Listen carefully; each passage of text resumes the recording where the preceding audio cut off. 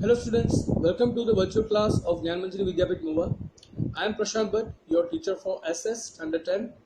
Students, we are going to start the first chapter of the SS from today onwards, the social science, right? And before going towards it, मैं आपको ये बताना चाहूँगा कि हम सब जानते हैं कि हमारा जो SS का सब्जेक्ट है वो 4 अलग अलग सेक्शन में डिवाइड होता है। एक सेक्शन उसमें से होता है हिस्ट्री का, दूसरा होता है जियोग्राफी का, तीसरा होता है इकोनॉमिक्स का और चौथा होता है सिविक्स का. सो today at first I'm going to make you introduced about the index, right? And from the index we are going to understand that which chapter belongs to which category, and afterwards we are going to start the first session of the lecture. So at first we can see the names over here. These are chapter number 1 to 7 and they belong to the history, right? Basically in this unit and basically in this standard we are going to understand about the different heritage what we have got. तो सबसे पहले तो बात ये आती है कि heritage होता क्या है, right? There are so many students who get confused between the difference of the history and the heritage. History यानी कि जो पौराणिक कथा है, यानी कि इतिहास में जो हुआ था और उसकी जो बातें हम लोग रिसाइट करते हैं उसे हम हिस्ट्री कहते हैं, right? So history is basically known as the story of the past, that what happened in the past and we say the story of that is known as the history. Now उसके बाद एक दूसरा word है heritage. Then what is the heritage? So basically इसे हम कहते हैं हमारी धरोहर, हमारी विरासत, राइट? यानी कि हिस्ट्री में जो चीज थी वहां से हमें क्या मिला है, राइट? बेसिकली वो कोई भी एक हिस्टोरिकल थिंग हो सकता है, हमारा कल्चर हो सकता है, हमारा माइंडसेट हो सकता है, राइट? हमारी सोच क्या है वो हो सकता है. एवरीथिंग जो हमें अपनी पुश्तों से मिलती आ रही है, राइट? हमें हमारे एंसेस्टर से जो चीजें मिलती आ रही है एंशिएंट टाइम्स में, हिस्ट्री में हमारे नेशन का जो हिस्ट्री है और उसके हिसाब से जो कल्चर हमारा चला आ रहा है उन सबको हम हेरिटेज के नाम से जानते हैं. तो हिस्ट्री यानी कि इतिहास और हेरिटेज मतलब कि धरोहर या फिर विरासत जो हमें इतिहास से मिलती आ रही है, पीढ़ी दर पीढ़ी हमें यहाँ पे मिलती आ रही है, राइट? सो आपका जो हिस्ट्री है स्टैंडर्ड 10 का, ये पूरा का पूरा विरासत यानी कि धरोहर पे है, right? It is only on the heritage. So कौन कौन सी बातें उसमें इंक्लूड है वो देखते हैं. सबसे पहले आपका पहला जो चैप्टर रहेगा वो रहेगा हेरिटेज ऑफ इंडिया, राइट? यानी कि भारत की धरोहर क्या क्या है. फिर हमें मिलेगा कल्चरल हेरिटेज ऑफ इंडिया, कि जिसके अंदर हम ट्रेडिशनल हैंडीक्राफ्ट और फाइन आर्ट्स के बारे में सीखेंगे जो हमारे पहले के समय से चला आ रहा है. उसके बाद दूसरा भी है कल्चरल हेरिटेज ऑफ इंडिया, जिसमें हम समझने वाले हैं स्कल्पचर एंड द आर्किटेक्चर, जो हमें हिस्ट्री में बनाई हुई चीजें जो अभी भी हम देख सकते हैं, अभी भी हम जिसे पा सकते हैं. उसके बाद आता है literary heritage of India, then India's heritage of science and technology. उसके बाद आएगा places of Indian cultural heritage, यानी कि कौन कौन से प्लेस में हमें इंडियन कल्चरल हेरिटेज अभी भी मिलेगा. And the last is going to be the preservation of our heritage, right? कि हमें अपना जो हेरिटेज है, हमारी जो विरासत है, जो धरोहर हमें मिली है, उसको हमें कैसे प्रिजर्व करनी चाहिए. तो ये 7 जो चैप्टर है वो रहेंगे आपके हिस्ट्री और हेरिटेज के लिए. उसके बाद यहाँ से हम अगर स्टार्ट करते हैं चैप्टर नंबर 8 से, और वहां से लेकर अगर हम चैप्टर नंबर 12 तक बात करें तो ये रहेगा आपका जियोग्राफी, जिसमें हमारे नेचुरल रिसोर्सेज इंडिया के कौन कौन से हैं, राइट? इंडिया में फॉरेस्ट और वाइल्ड लाइफ रिसोर्सेज कौन कौन से हैं, राइट? इंडिया का एग्रीकल्चर कैसा है, इंडिया के वाटर रिसोर्सेज कौन कौन से हैं, देन इंडिया में कौन से मिनरल्स और एनर्जी रिसोर्सेज हैं, right? So chapter number 8 to 12 is going to be the part of the geography of India, that from where you can get what kind of resources and what is there into the land of the India, right? And the next section is going to be the economics, and that is from chapter number 13 up to chapter number 19, right? उसमें हम बात करेंगे, we'll talk about the manufacturing industries, then we'll talk about the transportation and communication and trade, right? Then we'll discuss about the economic development, that how we can develop the country on the base of economies. Then economic liberalization and globalization, right? That is very much important to understand because the whole face of India was changed after those process, right? Afterwards we are going to understand the economic problems and challenges, and the main problem and the challenge of India by the way of the economics is the poverty and unemployment. So we are going to understand about them too, right? Afterwards we are going to understand about the price rise and the consumer awareness, then human development, right? So the chapter number 13 to chapter number 19, these all chapters are going to be the part of the economics, and the last 2 chapters are going to make us understood about the society and the social problem, that what are the social problems of India and the challenges, and how we can bring the social change and what the changes has been happened up to now, right? So students, this is the complete bifurcation of all of the 13 all of the 21 chapters of yours, right? And this is going to be your academic syllabus for the whole standard 10. But for today, we are going to start your first chapter of the heritage of India. That is, we are starting with the history and then we'll move forward. So let us understand the chapter 1, heritage of India. So students, this is going to be your first chapter, and that is the heritage of India, right? So at first I would again like to tell that what is the heritage of India. Heritage is basically the thing we have got inheritance, right? हमें हमारी जो धरोहर, right, हमारी जो विरासत हमें मिलती है, इसे हम कहते हैं heritage of India, right? History में जिस चीज की जो वैल्यू थी और वही वैल्यूज हमें आज तक मिलती है, right? Let it be the material, let it be the land, let it be the building, let it be the sculpture, it can be anything, right? It can be from the culture or the mental state up to any of the physical material. Each and everything is known as the heritage once it is inherited, right, from our own generations. तो before many generation जो भी चीजें थी वो आज तक हमें अपनी विरासत में मिल रही है, जिसे हम धरोहर कहते हैं, इसे हम कहते हैं हेरिटेज ऑफ इंडिया, राइट? तो जब भी हम बात करते हैं भारत की धरोहर का, तो हम ये बात जरूर करेंगे कि भारत की संस्कृति, ऐसा कहा जाता है कि Indian culture is one of the most ancient culture in India, right? सबसे पुरानी अगर कोई संस्कृति है पूरे विश्व में तो भारत की संस्कृति है, राइट? ऐसी बातें हम कई बार सुनते हैं, लेकिन ये बात मैं जरूर कहूंगा कि भारत जो है वो एक प्राचीन संस्कृति का देश है. India is the land of the ancient culture, right? And in the ancient culture there is an ancient scripture, right? यानी कि एक पौराणिक ग्रंथ है जिसका नाम है विष्णु पुराण, और विष्णु पुराण के अंदर एक श्लोक कहा गया है जिससे हम शुरुआत करेंगे. एंड दैट श्लोका सेज उत्तरम यत् समुद्रस्य हिमाद्रेश्चैव दक्षिणम वर्षम तद भारत नाम भारती यत्र संसति, right? That clearly means that in India, right, there is the Himalaya in the north and it is covered with the Indian Ocean in the south.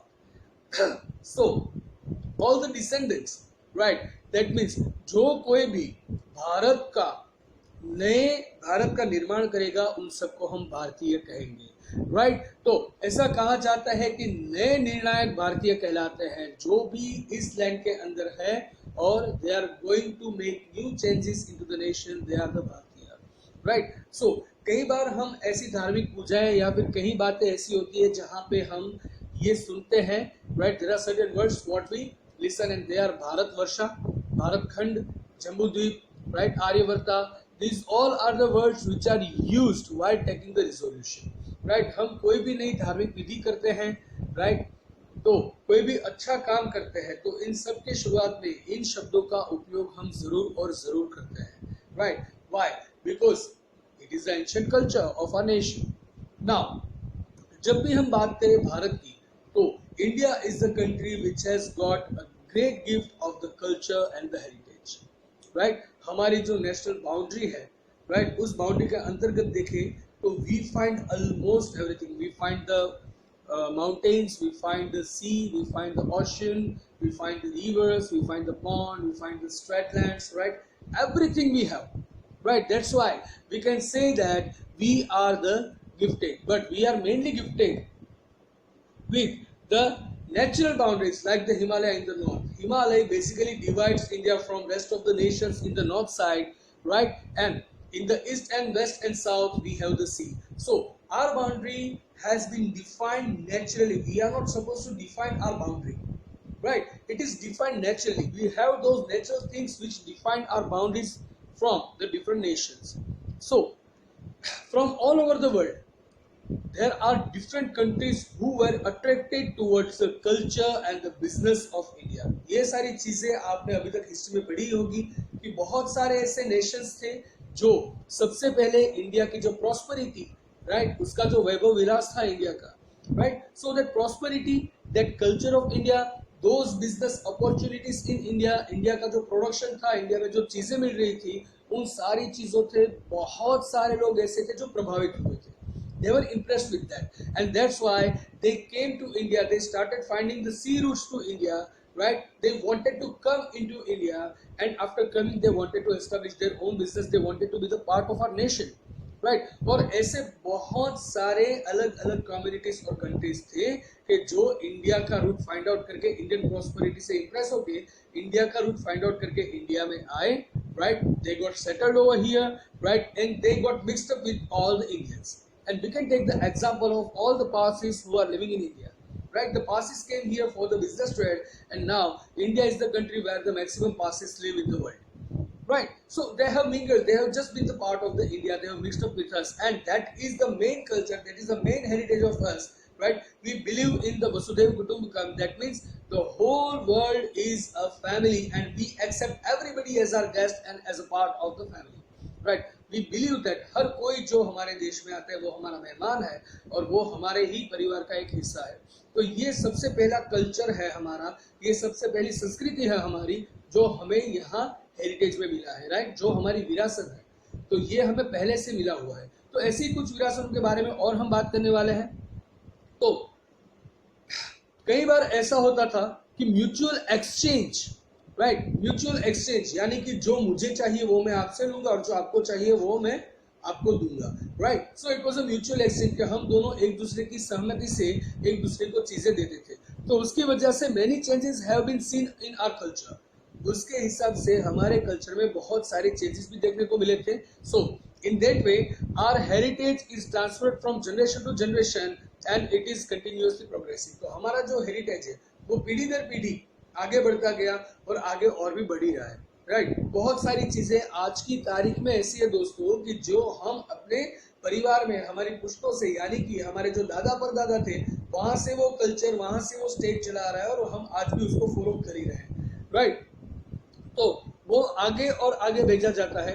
Right, हमारी जो संस्कृति, हमारे जो संस्कार है वो हमारे दादा ने हमारे पिताजी को दिए थे, हमारे पिताजी ने हमें दिए हैं और यही कल्चर हम भी ट्राई करेंगे कि आगे हमारी जनरेशंस को भी दें. Right, so at first this is the basic introduction of the heritage of India and basically this is how we are transferring our heritage, our culture. Right, we are giving our culture as the heritage to the next generations. So अगर आज हम Indian culture के बारे में और Indian heritage के बारे में बात करने वाले हैं तो सबसे पहले we are going to discuss about the location and area of our nation. Right, कि हमारे देश का लोकेशन क्या है और हमारे देश का एरिया क्या है, जिसके बारे में आप 9th स्टैंडर्ड में अभी तक पढ़ चुके हैं. Right, you have been clearly able to remember that what is the land area and what is the total area of our nation and what is the location of our nation. Right, it was very vast in ancient time. हमारे देश का जो area था, भारत का जो area था वो ancient time में बहुत बड़ा था. बहुत सारे कंट्रीज ऐसे आज की तारीख में हैं जो पहले हमारे देश का हिस्सा हुआ करते थे. Right, so then we got divided and right now we have the particular map of the India and that is our area. But then also we are having the 7th rank around the world, right, on the basis of area and on the basis of population we are the second in the world to be the largest country ever. Right, so basically that is the location and the area. Now we are going to talk about the rich and the varied heritage. Right, that means हमारा जो समृद्ध और जो हमारी विविध विरासत है कि क्या क्या हमें मिला. समृद्ध किस लिए, right, what is the meaning of samrid? Samrid means which is having the best ideology ever, right, and varied means विविधता में एकता. ये भी हमारा एक कल्चर रह चुका है कि we have the different heritage from the different times, right. अलग अलग संस्कृति हमारे देश में बसती थी और उसी संस्कृति के हिसाब से हमारा जो हेरिटेज भी आगे बढ़ता है. So now we are going to discuss about the rich and the varied heritage. That means the समृद्ध और विविध विरासत हमारे देश की.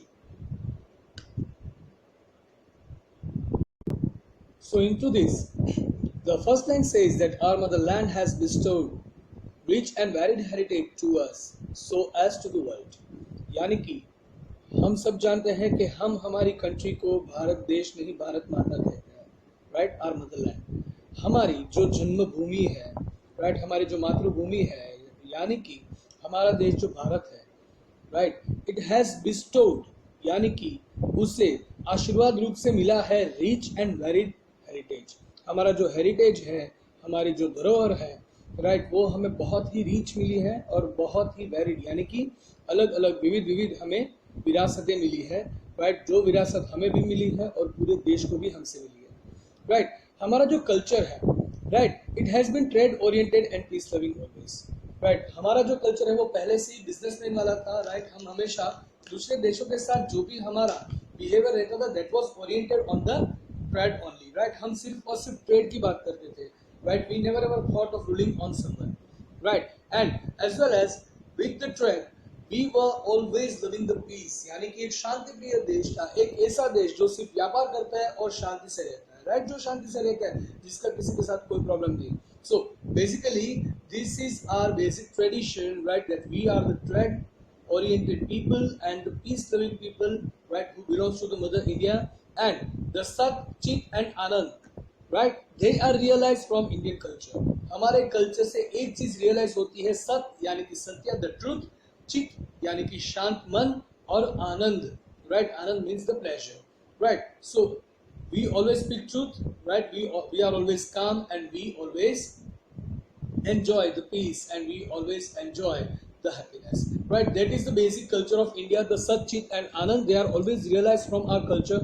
Now beside this, Indian culture prospered with the mutual exchange of different cultures of other countries which came to India and settled here. तो हमारा जो कल्चर है वो यहाँ से बाहर भी गया और बाहर से बहुत सारे लोग हमारे देश में भी आए थे, राइट, और वो लोग हमारे देश में आए उसके बाद उन लोगों ने हमारा जो म्यूचुअल एक्सचेंज की अभी मैंने जो बात की थी ना, कि उन लोगों ने हमारे कल्चर को एक्सेप्ट किया, हमने उसके कल्चर को एक्सेप्ट किया, राइट. तो हमारी जो प्रॉस्पेरिटी थी, राइट, वो और भी बढ़ गई. हम जो प्रॉस्परस थे, राइट, हमारी जो विलासता थी वो और भी बढ़ गई, क्योंकि अभी हमारा कल्चर कोई और स्वरूप से भी निखर के आ रहा था, right. So basically we had the mutual exchange of the different cultures of the other countries which came to India and they got settled, right. बहुत सारे अलग अलग देश के लोग भारत में आए, सेटल हुए, और भारत देश के सभी नागरिकों ने उसके कल्चर को भी हमारे यहाँ पे अपना लिया था, राइट. तो उन लोगों ने हमारी जो वैल्यूज है जो थी कि नॉन वायलेंस और peace, right, we always had the values of the non violence and peace. In basically it is said that in Indian tradition there was no place for the violence. All the people, they were always believing in the non-violence and they always wanted to live with the peace, right. So those are the basic essence of our culture, right. So they people have accepted the values of non-violence and the peace which have been adopted and admitted by the world, and the same thing was adopted by the whole world and it was admitted by the whole world, and till date each and every leader of every nation, they are always talking about the world peace. So basically that is the idea, Vishwa Shanti, world peace, that is the idea which is taken, which is derived from the Indian culture, right, the Indian ancient culture, right. It was always talking about the world peace and now everybody is moving behind it, right. So people, right from the beginning of Indus Valley civilization till today, it is said that जो Sindhu खीन, right, जो हमारे कहते हैं ना, वो सिंधु की जो हमारी संस्कृति थी, right, we have the different cultures of the different time, we have the different civilisations of the different time, right. तो हमारी जो सिंधु घाटी की जो सभ्यता थी वहां से लेकर आज की तारीख तक, we people have made our country rich and wealthy with their intellectuality, ability, talent and skill. तो हमारी जो इंटेलेक्चुअलिटी है, राइट, हमारी जो एबिलिटी है, हमारी जो टैलेंट है और हमारी जो स्किल है, दैट मीन्स हमारी बौद्धिकता, हमारी क्षमता, हमारी प्रतिभा और हमारे कौशल से उस समय से लेकर आज तक सारे के सारे इंडियंस ने हमारे कल्चर को और भी अच्छा बनाया है, राइट, और भी समृद्ध बनाया है, right. There are numerous people who are always saying that there are many of the people whose contribution was there into the development of this Indian culture, and it included innumerable scholars, thinkers, artists, artisans, sages, saints, scientists and historians. These all are the people. If I name them into the Hindi, so the numerous, बहुत सारे विद्वान, विचारकों, कलाकारों, कारीगरों, संतों, फिर वैज्ञानिकों और इतिहासकारों, ये सारे जो लोग हैं इन सब ने भी हमारी संस्कृति के विकास के लिए बहुत अच्छा योगदान दिया है. They have contributed well, right. So they all work well up to now. पहले जितने भी संत थे वो हमें प्रवचन देकर हमें अच्छी राह दिखाते थे, सचित और आनंद की, राइट। उसके बाद जितने कारीगर थे उन लोगों ने बहुत सारी अमूल्य चीजें बनाई, राइट। जितने भी कलाकार थे उन्होंने नई नई कलाओं का विकास किया। बहुत सारे विचारक थे जिसने हमारी भारतीय विचारधाराओं को कई सारी जगहों पे पॉपुलर बनाया। बहुत सारे वैज्ञानिक थे कि जिन्होंने नई नई वैज्ञानिक खोजें की और उस खोज के हिसाब से हमारे देश को आगे बढ़ाया। और बहुत सारे इतिहासकार थे, इतिहास शास्त्री भी थे कि जिन्होंने सारे इतिहास को एक साथ बटोर कर हमारे सामने रख दिया ताकि हम समझ पाए कि हम कहाँ से स्टार्ट हुए, कहाँ पहुंचे, हमारा बेस क्या था और हम कहाँ तक डेवलप हुए। तो अभी तक का हमारा इंडियन कल्चर का जितना भी डेवलपमेंट है, this all are the people जिन्होंने बहुत ही बड़ा रोल प्ले किया था, राइट। सो बेसिकली अगर हम देखें तो हम बात कर रहे हैं कब से कल्चर की। So what is a culture, right. Culture is basically a sum of the habits, values, customs, traditions and conduct of lifestyle of human. हमारी जो ह्यूमंस की लाइफस्टाइल होती है, राइट, तो उन लाइफस्टाइल के अंदर क्या क्या चीजें, बेसिकली कल्चर जो है वो एक ह्यूमन की लाइफस्टाइल ही है। जीवन जीने का उसका जो तौर तरीका है उसे उसका कल्चर कहते हैं, राइट। जैसे कि हम बात करते हैं नॉन वायलेंस एंड पीस की, तो हमारा जीवन जीने का तरीका अगर नॉन वायलेंस और पीस का है तो ये हमारा कल्चर हो गया, राइट। तो कल्चर क्या है, ये एक सम है, it is a total, right.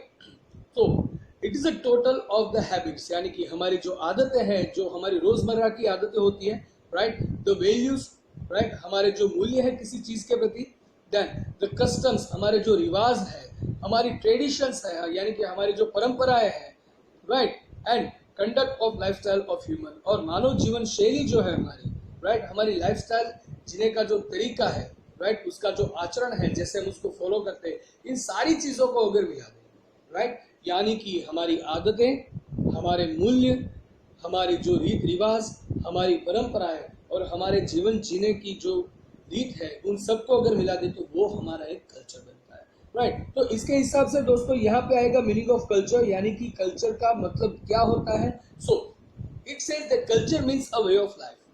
Culture जीवन जीने का एक तरीका है, right. It is the way how do we live our lives, right, the way we live our life, that is known as our culture.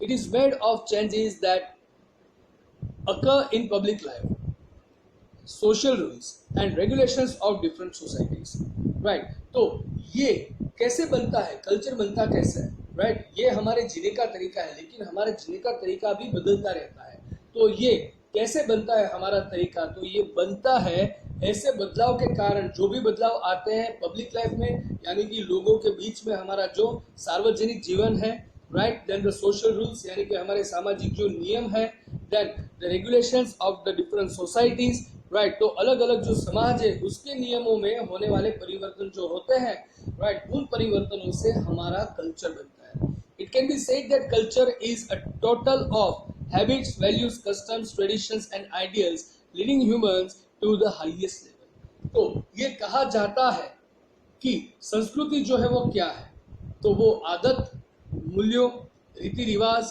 परंपरा और आदर्शों को अगर हम कुल एक साथ मिला दें, राइट, हमारी आदतें, हमारे मूल्य, हमारे कस्टम्स यानी कि हमारे रीति रिवाज, हमारी परंपराएं और उन सारी चीजों को, हमारे जीवन के जो आइडियल्स है यानी कि आदर्श है, राइट, उन सबको अगर कुल मिला दे, एक साथ में मिला दे, राइट, तो ये हमारे मानव जीवन को ऊपर तक ले जाएगा और वही हमारी संस्कृति बनती है, राइट, यही हमारा कल्चर बनता है।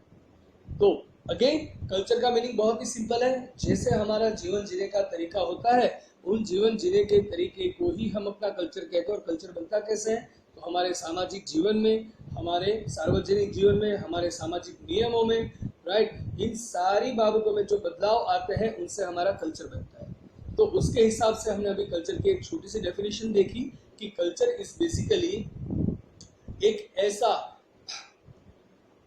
मेलाव है, राइट, हमारा जो कल्चर है वो बेसिकली एक मिक्सचर है। किसका मिक्सचर है, तो ये मिश्रण है हमारा, हमारी आदतों का, हमारे मूल्यों का, हमारे रीति रिवाजों का, हमारी परंपराओं का, राइट, और हमारी जो विचारधाराएं हैं, राइट, उन सबको अगर कुल मिलाकर एक साथ में जोड़ दे तो ये हमारा कल्चर बनेगा, राइट। सो दोस्तों ये बात हुई अभी तक के कल्चर की।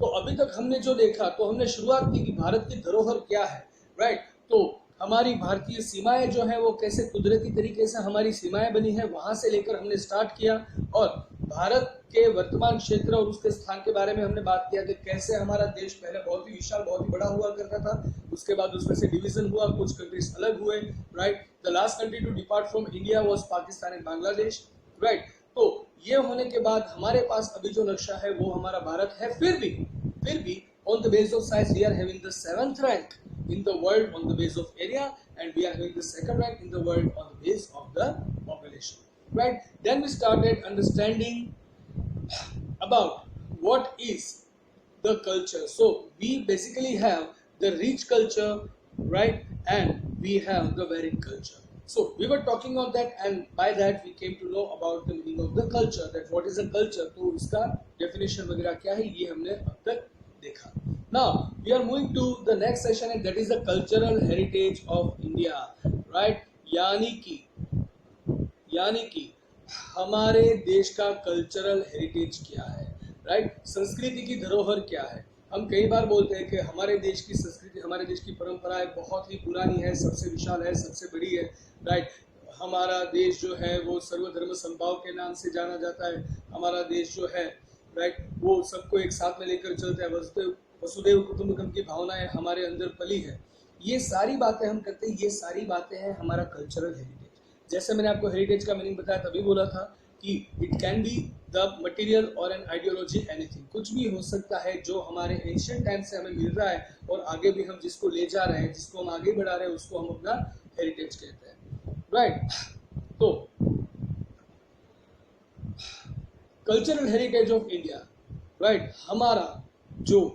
हमारी जो धरोहर है, सांस्कृतिक धरोहर है, उसके बारे में अब अभी बात करेंगे, राइट। सो हेरिटेज का मीनिंग यहाँ पे भी दिया गया है जो कुछ अलग है, तो ये भी देख लेते हैं। Heritage means a valuable gift from our forefathers to us, यानी कि हमारे पूर्वजों से हमें जो उपहार मिला है, राइट, वो एक अमूल्य उपहार है हमारे लिए, right. It is the gift which cannot be valued, which cannot be measured into any of the number, right? That is the heritage, right? हमारे पूर्वज जिस चीज को फॉलो करते थे, वही चीज उन लोगों ने हमारे तक पास ऑन की, और हम भी आगे उसको पास ऑन करेंगे, राइट। सो बेसिकली हेरिटेज ये होता है कि ये हमारे पूर्वजों से हमें जो एक वैल्यूएबल गिफ्ट मिली है, राइट, कि जिसका कोई वैल्यू हम कभी डिफाइन नहीं कर पाते, राइट, जो अमूल्य होती है, जिसका कोई भी एक स्पेसिफिक प्राइस आप डिफाइन नहीं कर पाते, राइट। ऐसी जो धरोहर हमें मिली है, यह है हमारी heritage, right. Indian history is thousands of years old, हजारों साल पुरानी हमारी भारतीय संस्कृति है, भारत का इतिहास हजारों साल पुराना है।